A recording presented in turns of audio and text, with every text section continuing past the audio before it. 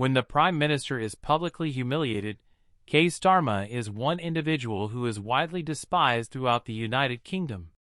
It's always excellent to watch, and he typically does it himself during speeches and interviews, so he doesn't need anyone else to do it for him.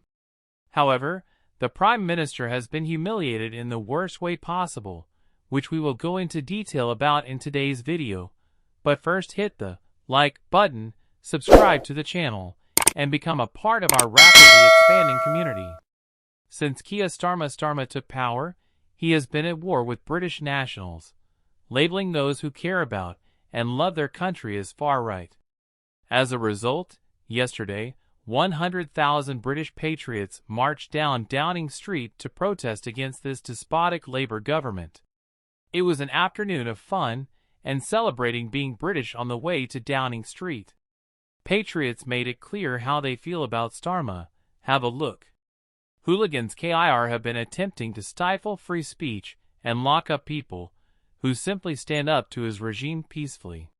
Prior to the rally, Starmer was hoping for trouble, and so were his media thugs, who waited for just one person to break the rules, so he could push more of his far-right agenda.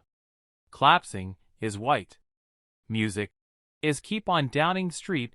There was film shown to the people in attendance that told truth about the summer riots, and that exposed ST's agenda and debunked all of his lies and gaslighting on British patriots over the summer. The whole world was able to see this, and some of the reaction from overseas has been crazy, shedding the light on this tyrannical government headed by Keir Starmer. The UK, it seems, is waking up to just how bad this guy is. What did you make of yesterday, and do you think Keir Starmer will take notice? Let me know your thoughts in the comments. And in other news, an eco-zealot Labour donor has told super wealthy Britons to F off as they threaten to leave the UK ahead of Rachel Reeves's brutal budget tax raid on Wednesday. Multi-millionaire Dale Vince has blasted the anti-Labour sentiment that increased taxes, which are set to affect those with broader shoulders, will harm the country's entrepreneurship, dubbing the argument profoundly stupid as fears continue to grow ahead of the Chancellor's £35 billion expected tax raid. Many have predicted a British brain drain as wealthy residents are expected to flee to states with lower taxation. According to reports, Reeves is considering extending the freeze on income tax thresholds, raising capital gains tax, and eliminating inheritance tax loopholes. During the 2024 general election, Vince, who gave £5 million to Labour, gave a vile tirade on affluent Britons. Those who promote such beliefs should leave, the green energy leader said, adding that, "This is a brilliant country. There's no way people won't live here because of a fairer tax system. If people only live here because they pay less tax, they should F off," he said. Additionally, Vince stated that he wished to change government policy without using money. Additionally, Vince has contributed to the environmental advocacy group Just Stop Oil, whose recent actions have drawn harsh criticism after 2 climate protesters threw soup on Vincent van Gogh's sunflowers. The court, who sentenced the arsonist's founder of Pimco Plumbers to prison, said the most recent demonstration was criminally stupid. One of the biggest taxpayers in the UK, Charlie Mullins, recently disclosed that he had sold his £1 million penthouse in September to avoid paying taxes on his assets.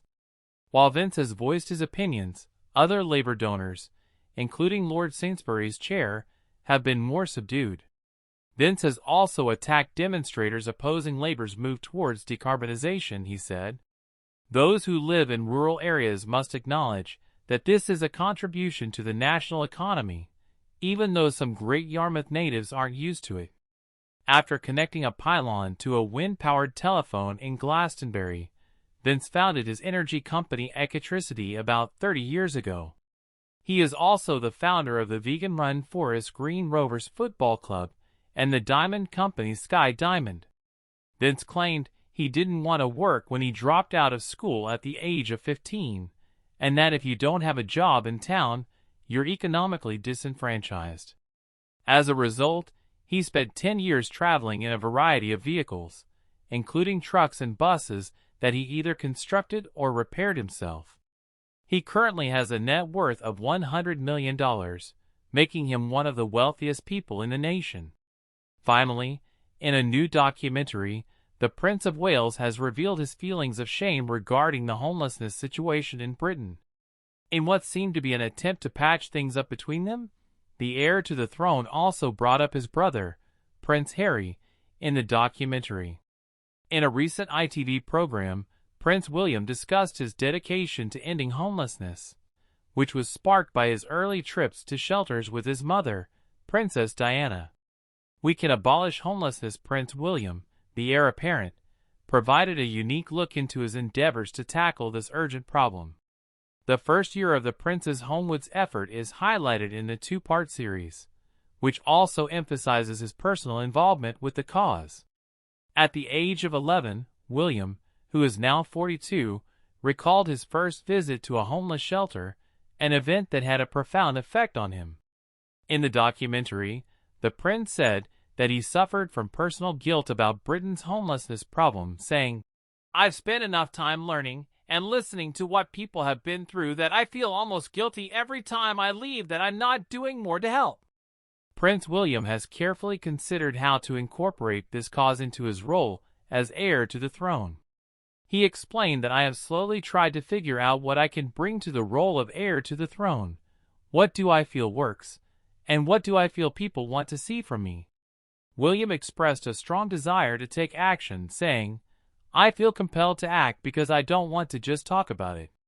He added that the ultimate ambition is to prove that we can prevent homelessness in these regions so that others will come along and go, "Well, if they can do it, why can't we?"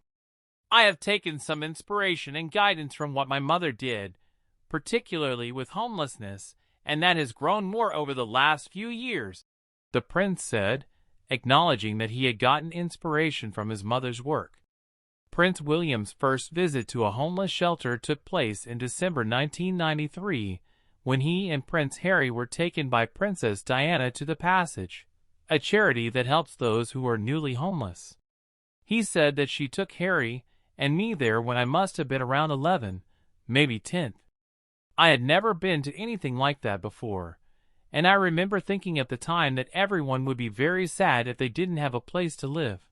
But it was amazing how happy an environment it was. These remarks marked a rare mention of Harry from the heir to the throne, because the brothers are currently not on speaking terms. Prince William is dedicated to carrying on his mother's legacy by talking about homelessness with his own kids. He explained that, "When I was very young, my mother began talking about homelessness, just like I do now with my kids on the school run." What do you think of the topics we covered in today's video? Please share your thoughts in the comments section below. And if you haven't already, please make sure to like this video. For more British stuff, please subscribe to the channel.